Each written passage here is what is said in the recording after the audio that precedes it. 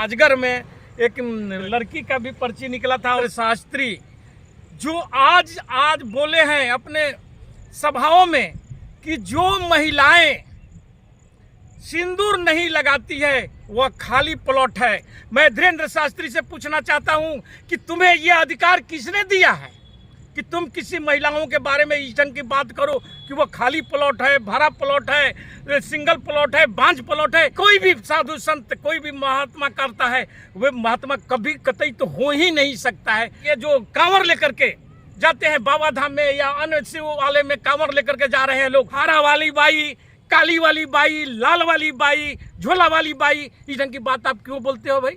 इससे क्या हिंदू आस्था आहत नहीं होता है क्या? सामने वाले बैठे लोगों को, चंद लोगों को खुश करने के लिए आप पूरा हिंदू समाज को इस ढंग की बात बोलेंगे, खाली प्लॉट बोलेंगे? 800 वर्ष तक मुसलमानों ने राज किया, तब हमारा हिंदू कभी खतरा में नहीं हुआ था।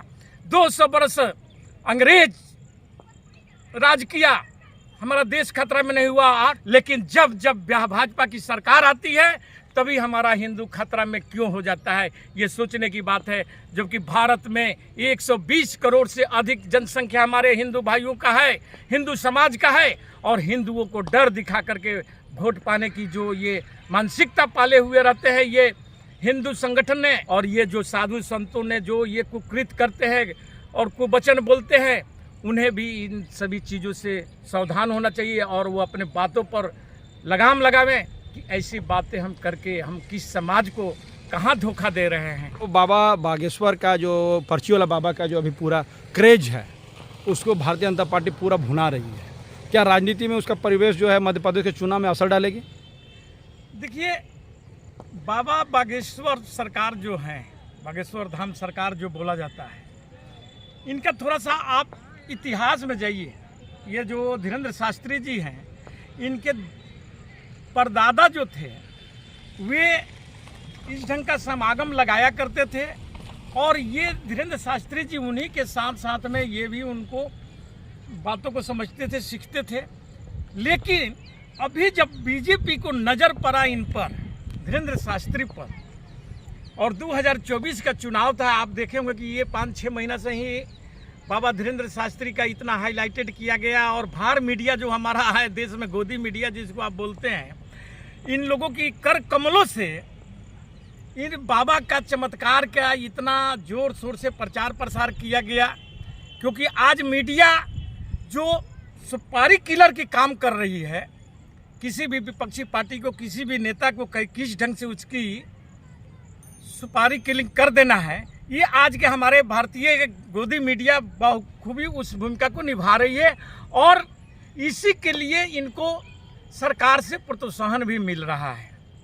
आज जो केंद्र की सरकार है वे इनको प्रोत्साहन भी दे रही है। हम आ रहे हैं बाबा बागेश्वर सरकार पर कि जब वो अपने दादा, तो उस समय आप देखे होंगे कि कोई हाईलाइटेड नहीं, कोई नाम नहीं, और जो इनके जो उस अथी में प्रांगण में जो मूर्ति लगा हुआ है बजरंग बली का, नारियल को पीला कपड़ा में बांध करके, और आप शादी विवाह से संबंधित कोई चीज़ को जानना चाहते हैं तो उसके लिए पर्ची लगाया जाता है।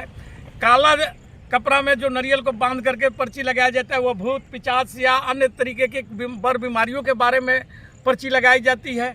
और एक पर्ची एक रहता है जो लाल रंग के कपड़े में बांधा जाता है, उसमें आपके बारे में संपूर्ण जानकारियाँ रहती है, इसके लिए पर्ची लगाई जाती है। तो ये तो वहाँ के पर्ची का ये सिस्टम है, ये बनाया गया है बाबा बागेश्वर धाम में, और वहाँ पर इस ढंग की होती है।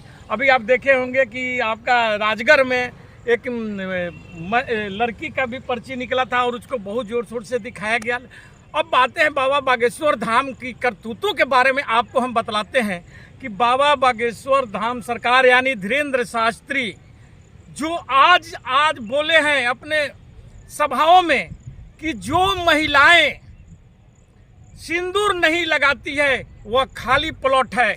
मैं धीरेन्द्र शास्त्री से पूछना चाहता हूं कि तुम्हें यह अधिकार किसने दिया है कि तुम किसी महिलाओं के बारे में इस ढंग की बात करो कि वह खाली प्लॉट है, भरा प्लॉट है, सिंगल प्लॉट है, बांझ प्लॉट है।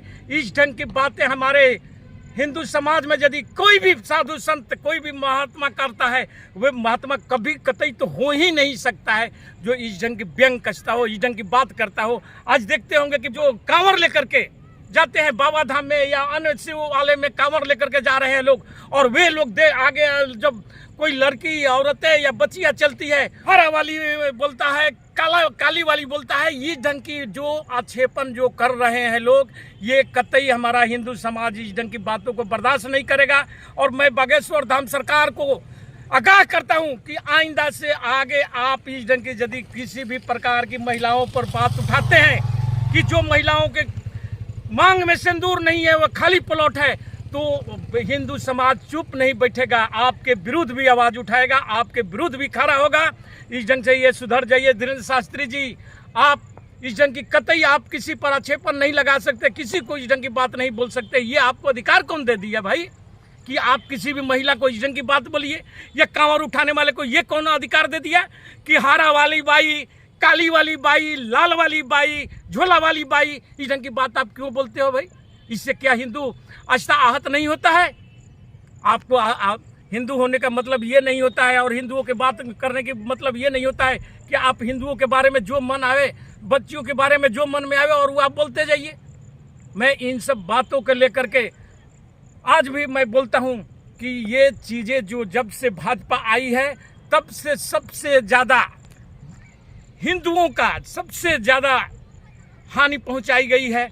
20% का नारा दे करके, 20% के आवाज दे करके, और 80% हिंदुओं के साथ में जो अन्याय ये सरकार कर रही है और अपने लोगों से करा रही है, ये बहुत ही दुखदायी और शोचनीय बात है। आज भारत के हर आदमी को ये चीज़ों को सोचना होगा कि जब हमारे देश में 1000 बरस, 800 बरस तक मुसलमानों ने राज किया, तब हमारा हिंदू कभी खतरा में नहीं हुआ था।